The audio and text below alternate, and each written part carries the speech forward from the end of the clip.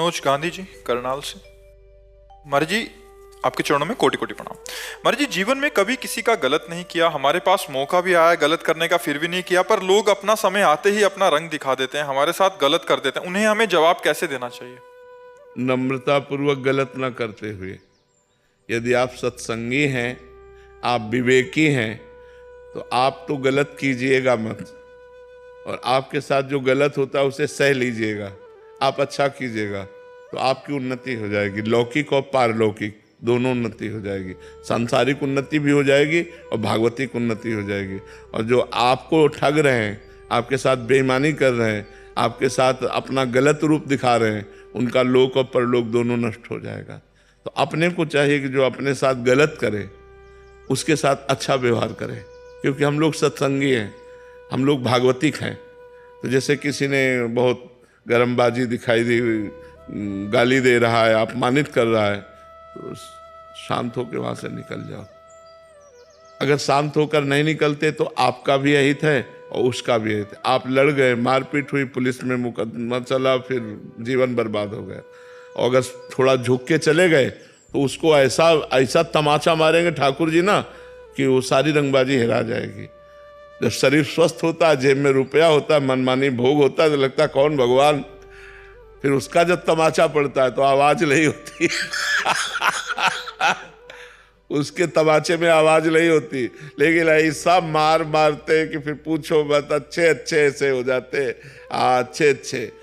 चलत दशानन डोलत तवनी, जब 10 कंधर रावण चलता था धरती कांपती थी, और उसी की खोपड़ी में बंदर लोग जो है ना चरण प्रहार करते थे। जब खोपड़ियां काट काट के भगवान ने गिराई ना तो प्रहार करते थे। रहा न कोकुल रोवन हारा, राम विमुखास हाल तुम्हारा, रहा न कोकुल रोवन हारा।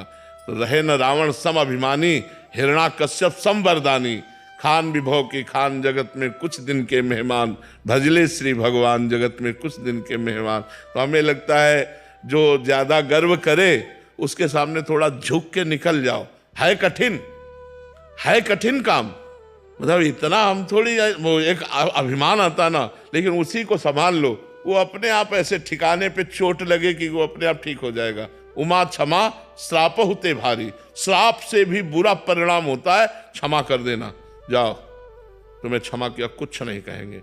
अब वो उसके ऊपर जो कार्यवाही होगी ईश्वर की, वो बहुत जोर की होगी। इसलिए मुझे लगता है अपने लोगों को, सत्संगियों को, सबके बल की बात नहीं है, सत्संगियों की बल की बात है, तो मुस्कुरा कर टाल दिया बात।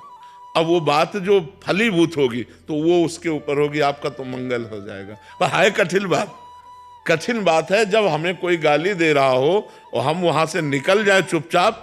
ऐसा एक गाली सुन लेंगे तो शांति ही सबसे बड़ी बात है। नहीं तो अगर हम झगड़ा करेंगे तो फिर पुलिस का केस दोनों के ऊपर बनेगा।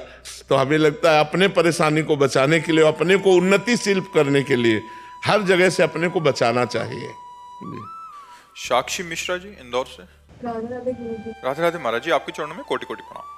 गुरुदेव भगवान, भक्ति और भाव के बीच क्या फर्क है? दोनों में ज्यादा भक्ति साधन है और उस साधन का फल भाव है, अलग नहीं है। भाव भक्ति का ही फल भाव है।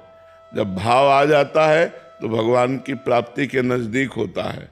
भाव बिन सुनी पुकारे मैं कभी सुनता नहीं, और भाव प्रेरित तेर ही करती मुझे लाचार है। भाव से मुझको बजे तो भाव से बेड़ा पार है।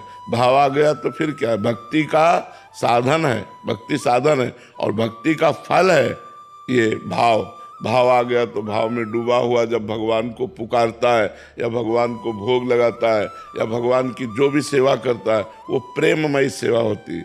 भाव का भूखा हूँ मैं और भाव ही एक सार है। भाव से मुझको भजे तो भाव से बेड़ा पार है। भाव बिन सुनी पुकारे मैं कभी सुनता नहीं, भाव प्रेरित तेर ही करती मुझे लाचार है। तो वो भाव आना कठिन है ना, साधन करो धीरे धीरे आ जाएगा। असंभव नहीं है, कठिन है। देखो, भाव से सबरी जी बेर चख कर भगवान को पवाया तो भगवान अखिल लोक ब्रह्मांड नायक, विश्व का भरण पोषण करने वाले भगवान सुदामा के हाथ से तंदुल छीन कर खाते हैं।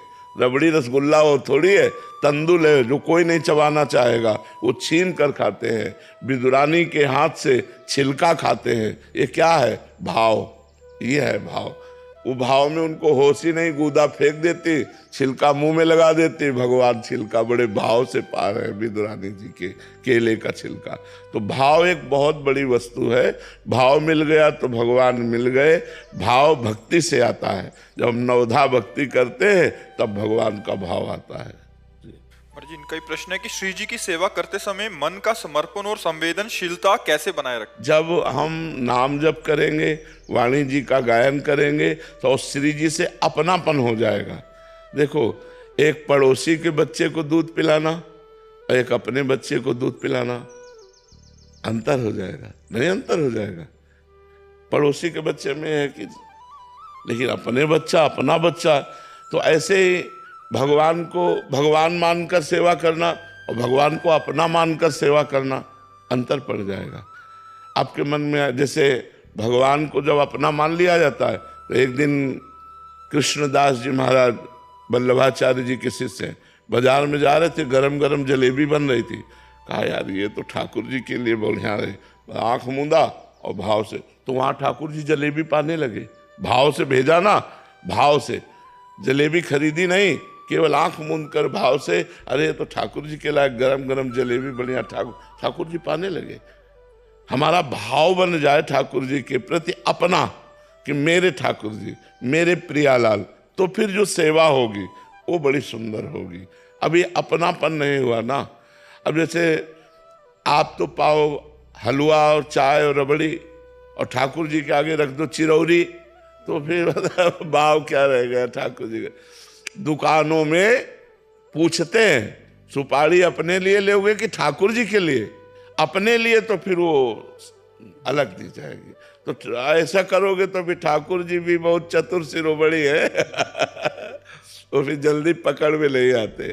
पत्र पुष्प से मैं प्रसन्न हो जाता हूं तो बड़े भाव, भाव देखो, अगर हमारा भाव है तो भगवान एक तुलसी दल से प्रसन्न हो जाएंगे। एक तुलसी दल, देखो बताया ना, तंदुल कौन पाता है? तो तंदुल माने होते चावल के टूटे हुए किनके, छिलका कौन पाता है? ब्रह्मांड नायक प्रभु हैं। बेर, सबरी जी के बेर प्रसिद्ध है, सुदामा के चावल प्रसिद्ध, तंदुल प्रसिद्ध है, और विदुरानी का केला का छिलका प्रसिद्ध है कि भगवान ने पाया। इसलिए पाया, उसमें प्रेम है, उसमें भाव है। यदि वस्तु में एक पत्ते में एक तुलसी दल चढ़ा रहे हो, आपके आंसू गिर रहे हैं, भाव उतने में भगवान बिक जाएंगे। एक चुल्लू जल भगवान को दे दो, उतने में प्रसन्न हो। पर प्रसन्न तब होंगे जब आप अपनापन करके दे रहे हो, तब बात बनेगी, नहीं तो बात नहीं बनेगी।